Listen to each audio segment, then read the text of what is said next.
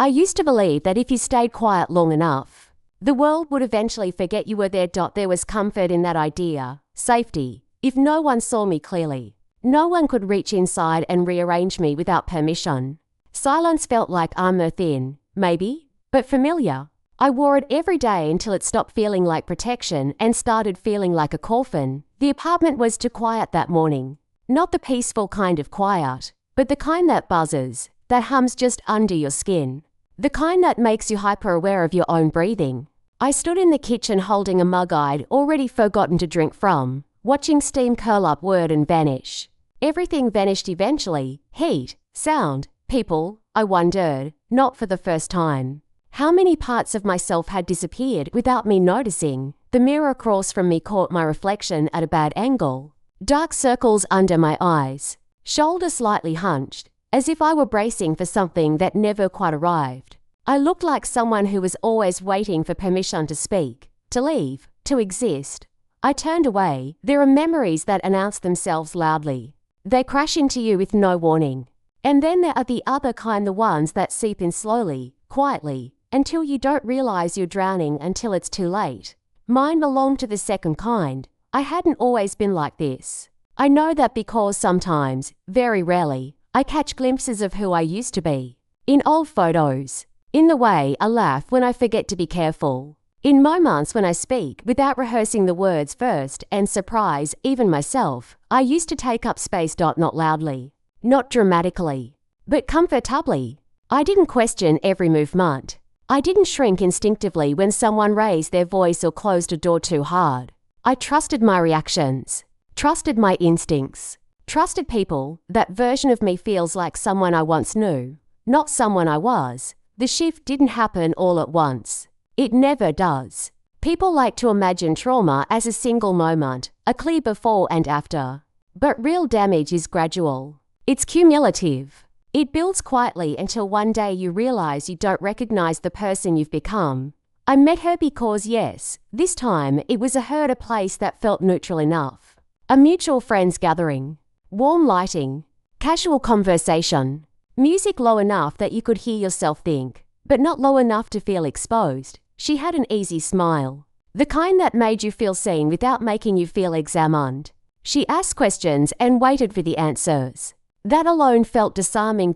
I remember thinking, this feels simple. And after years of complexity, simple felt like relief. She didn't rush, didn't demand, didn't push. She just appeared consistently, like gravity. Calls turned into routines. Messages turned into expectations. Expectations turned into obligations. At first, it felt like connection. Then it felt like dependence. She remembered things about me I didn't remember saying out loud. Not because she was manipulative, not obviously, but because she paid attention. And when someone pays attention after a long period of being overlooked, it feels intoxicating. I mistook attention for safety. She framed herself as my anchor, my constant, the one who understood me when others didn't, and slowly, without ever saying it directly. She positioned everyone else as a threat. They don't really know you. They don't see how sensitive you are. They don't mean harm. But they don't protect you either. And because I was tired of explaining, tired of being misunderstood, I believed her. Isolation doesn't always look like cutting people off. Sometimes it looks like convincing someone they don't need anyone else. I didn't notice how quiet I was becoming again. How carefully I chose my words. How often I apologized for things that weren't mine to carry. The first time she crossed a line, it was subtle. A comment that lingered too long. A boundary brushed aside, then reframed as misunderstanding. When I hesitated, she laughed softly and said, "You're overthinking." That phrase became a weapon. Every time something felt wrong, she used it. "You're overthinking. You're too sensitive. You're projecting." And because I'd already learned to doubt myself long before I met her, it worked. I learned to swallow discomfort and label it as personal failure. There is a specific kind of loneliness that comes from being in a room with someone who doesn't see you but insists that they do. I remember the night it finally cracked. Not exploded, cracked. We were sitting across from each other, the air between us thick and unmoving. I tried to explain how small I felt, how unseen, How afraid I was becoming of my own reactions. She didn't raise her voice. She didn't interrupt. She just smiled faintly and said, "I think you need help, not concern, not care, control." Something in me went very still. I realized, in that moment, that she didn't want me healed. She wanted me dependent, fragile, easier to shape.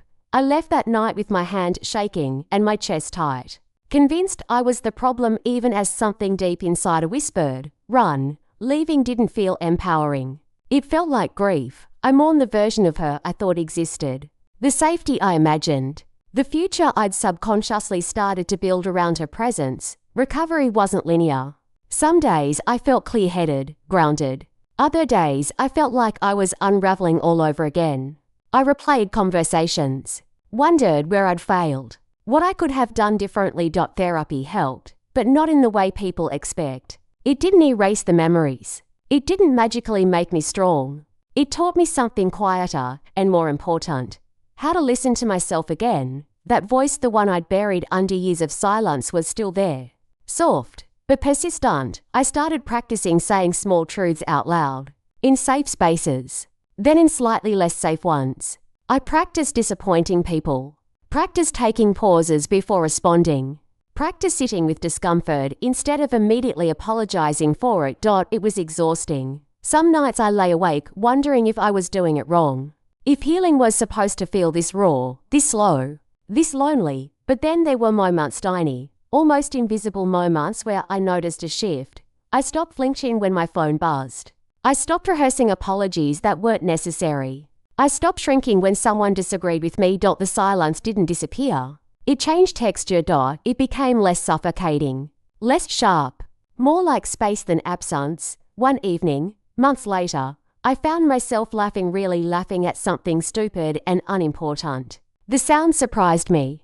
It felt unfamiliar in my own throat. I realized I wasn't waiting anymore. Not for permission. Not for approval. Not for the other shoe to drop. I was present. The scars didn't vanish. They still ache sometimes. Certain words still tighten my chest. Certain dynamics still trigger that old instinct to disappear. But now, when that instinct rises, I notice it.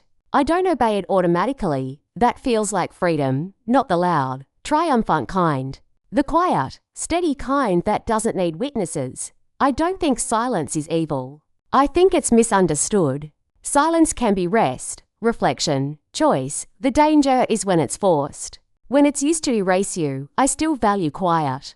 I just refuse to let it swallow me whole again. And for the first time in a long time, when I look at my reflection, I don't turn away. I stand there, breathing, unhidden. Some days, the past still taps me on the shoulder. A sound, a look, a memory that slips in without asking. My body reacts before my mind does, but now I notice. And noticing changes everything. I remind myself where I am. I breathe. I stay. I no longer confuse silence with safety. I know the difference now between peace and avoidance, between love and control, between enduring and living. There are things I still won't say out loud, not because I'm afraid, but because they no longer need to be spoken to exist. They've already shaped me, taught me. Release me. I move through the world more slowly now, more deliberately. I choose people who don't make me shrink. I leave rooms that feel wrong.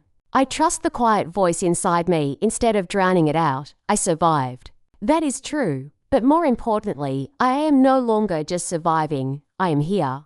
And that is enough.